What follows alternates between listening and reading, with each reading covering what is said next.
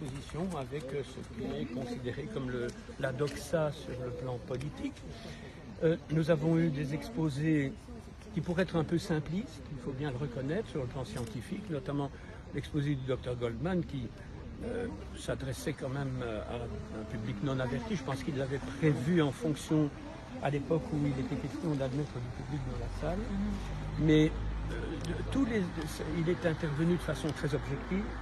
Il a répondu aux questions de façon très honnête, en donnant raison sur beaucoup de points à ceux qui ne partagent pas les idées de la doxa.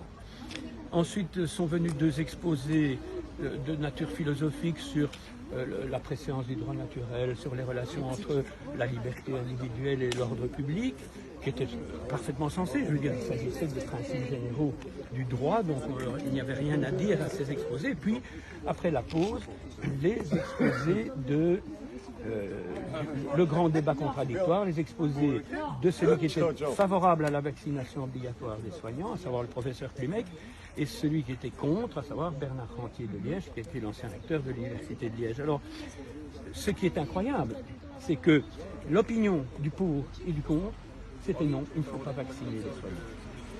Les deux. Tant les conclusions de Klimek que les conclusions de Rentier étaient il n'y a aucune raison d'imposer la vaccination obligatoire aux soignants. Donc si je comprends bien, il y a quand même un retour de situation là.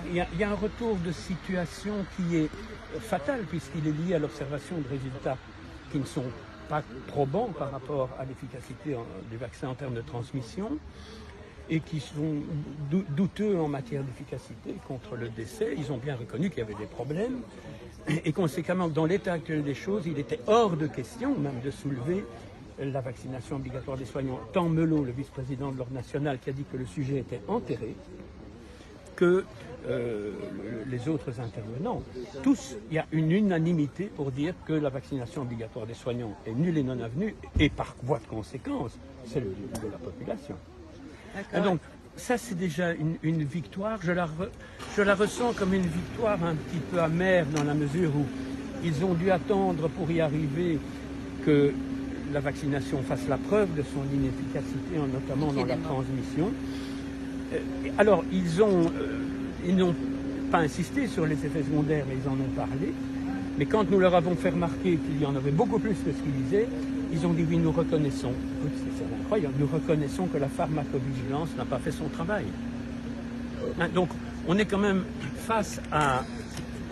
C'est pas un retour de situation, ils n'ont pas le choix. Ils n'ont plus le choix aujourd'hui. Donc c'est ça qui me laisse un peu amer. J'aurais aimé que ce débat survienne au moment où on n'avait pas gagné d'office. Maintenant, notre position est démontrée par les faits et à condition qu'elle soit nuancée. Il ne faut pas nous considérer comme des anti-vax, bien entendu, mais comme des gens qui veulent pour chaque situation une solution qui soit adaptée et qui soit constructive sur le plan de la santé publique. Et là, on vient de marquer d'énormes points parce que je pense que dorénavant, les débats vont se placer sur un mode constructif. Et par rapport à la pharmacovigilance, est-ce qu'il y a des pistes pour l'améliorer? Ils ont reconnu qu'elle était insuffisante, c'est déjà un palier extrêmement important, ce qui va nous permettre, fort de cette position de l'ordre, parce que c'est en Melot que Goldman qui l'a reconnu, ça va nous permettre d'être plus exigeants sur la simplification des déclarations. Parce qu'il faut bien reconnaître que moi j'en aurais bien fait tous les jours, mais c'est fastidieux. Il faudrait pouvoir entrer la carte d'identité du patient dans un lecteur et mettre vaccin telle date, tel problème, tel jour. Point. Et là, on aurait une vraie pharmacovigilance. Et il y a tant d'autres sujets maintenant qu'on va pouvoir aborder et qui sont fondamentaux. Et on va pouvoir les aborder parce que si l'ordre n'est plus une menace pour ceux qui pensent de cette façon, beaucoup vont se dire « Ah ben maintenant on peut parler ». On peut parler. C'est malgré tout une grande victoire, mais elle était naturelle et évidente. Je n'avais aucun doute sur l'évolution des... C'est très bon en tout cas. Il y a voilà. le docteur Benoît Oxy en face de nous. Tu te rends compte que c'est qu'en Belgique qu'on a ça, hein? Oui, mais ça va... Parce qu'en France, ils n'ont pas encore accepté. Non, mais attends, c'est chacun son tour. Oui. Les Français ont fait la révolution en 89, nous en 1830. Maintenant, c'est l'inverse. C'est nous qui commençons et vous qui terminerez. Enfin, toi, tu es luxembourgeois. Oui, mais aux luxembourgeois, ils n'ont pas encore admis et j'espère que ce qui se passe aujourd'hui en Belgique va permettre Tout de à faire fait. tourner les choses peut-être au Luxembourg Tout à fait. et en France aussi.